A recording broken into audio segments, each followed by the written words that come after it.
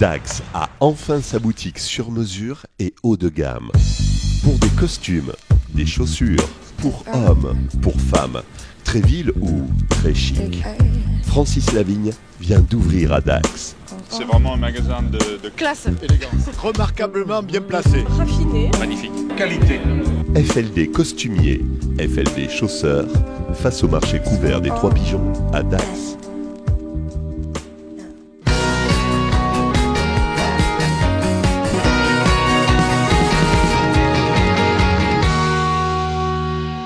Bienvenue sur Dax Ovalie, le magazine de l'US Dax Rugbyland, magazine que vous retrouvez tous les lundis à 19h.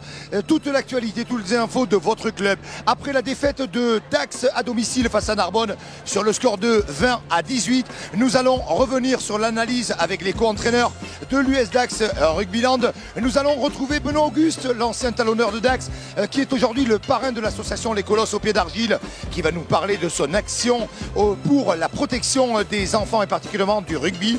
Nous aurons aussi l'entretien avec Guillaume qui va nous parler de l'opération que lance l'US Dax Rugbyland avec les partenaires pour le match Dax-Mont-de-Marsan de fin de saison. Et enfin l'analyse du président de l'US Dax Rugbyland, Alain Pécassien, qui va nous livrer sa déception après la première défaite à Maurice Boyau. Nous rentrons de suite dans le magazine avec les réactions.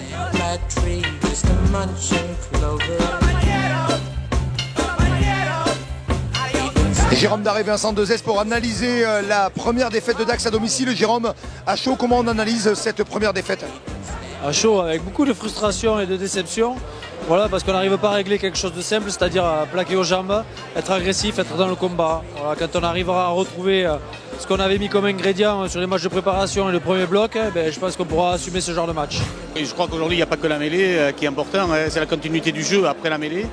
Aujourd'hui, ça nous a permis quand même de pouvoir marquer un essai des pénalités.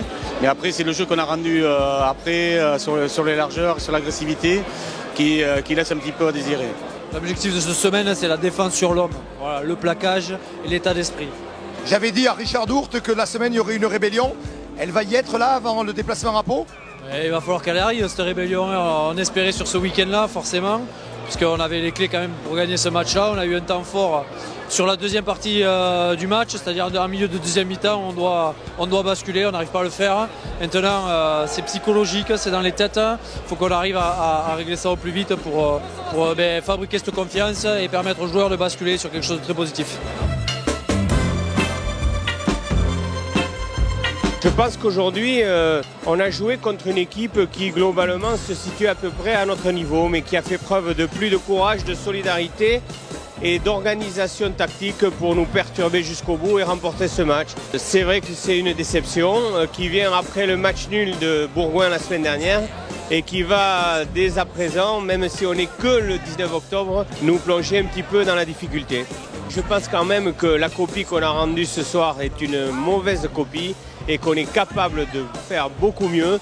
Donc toute la qualité du staff et de l'encadrement de cette équipe sera d'essayer d'amener à faire ce qu'elle est capable de faire. Elle nous a montré qu'elle était capable de beaucoup mieux et j'espère qu'on va vite retrouver le vrai visage et la vraie valeur de notre équipe dans les rencontres prochaines.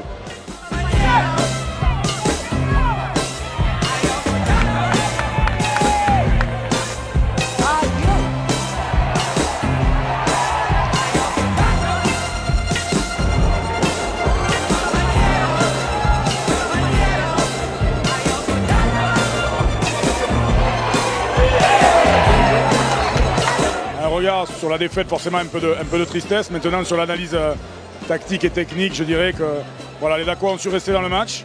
Ils ont pris un essai qui leur a fait mal au moment où ils venaient de repasser devant le score. Sur la fin, ils ont repris le score grâce à la mêlée. Et les Narbonnais n'ont pas lâché le morceau. Ils ont aussi à revenir. Et c'est vrai que sur la fin, sur une action débridée, Dax aurait pu remporter le match. Je ne pense pas que ça aurait été un hold-up. Voilà. Alors l'association Colosse au pied d'argile est née d'une action menée par Sébastien Bouey et un collègue à lui, voilà, deux personnes qui ont été victimes d'attouchements sexuels, de pédophilie sur leurs jeunes années. Voilà, ils ont osé, ils ont porté une action en justice, ils ont gagné et derrière, voilà, et maintenant ils essaient de faire de la prévention pour protéger les enfants dans les clubs sportifs. Et le club comme Dax s'associe à cette action et fort logiquement, je suis venu aussi les aider pour leur filer un petit coup de main. À l'occasion du derby qui opposera l'US Dax Rugbyland au Stade Montois Rugby dans le derby des Landes, l'US Dax Rugbyland va permettre à un partenaire d'avoir son nom sur le maillot officiel du match. Alors en effet, donc lors du derby Dax-Mont-de-Marsan, nous allons permettre à n'importe quelle entreprise landaise de figurer sur le maillot de l'US Dax. Nous lançons une opération de sponsoring dite participative. Pour cela, nous allons proposer un pack d'une valeur de 200 € permettant d'avoir des places de match, permettant d'avoir de la visibilité pour l'entreprise, permettant de faire une dotation à une école de rugby landaise. Et nous organiserons un tirage au sort parmi toutes les entreprises ayant participé à ce pack. Et le regagnant se verra proposer une place sur le maillot de l'équipe lors du derby Dax-Mont-de-Marsan. Donc pour plus de renseignements sur cette opération, on vous donne rendez-vous sur le site www.usdax.fr. Alors, c'était le 7e magazine de Dax Ovalie, l'émission de l'US Dax Rugbyland que vous retrouvez tous les lundis. Dax se déplacera à Pau le week-end prochain en mobilisation avec les supporters. On imagine, vous serez tous derrière. On sera tous et toutes derrière pour aller supporter Dax et surtout qui vont gagner samedi prochain. Rendez-vous le 28 octobre pour Dax Ovalie numéro 8. Merci à toutes les équipes d'Eurofilm qui ont produit ce nouveau numéro. Et simplement, allez Dax!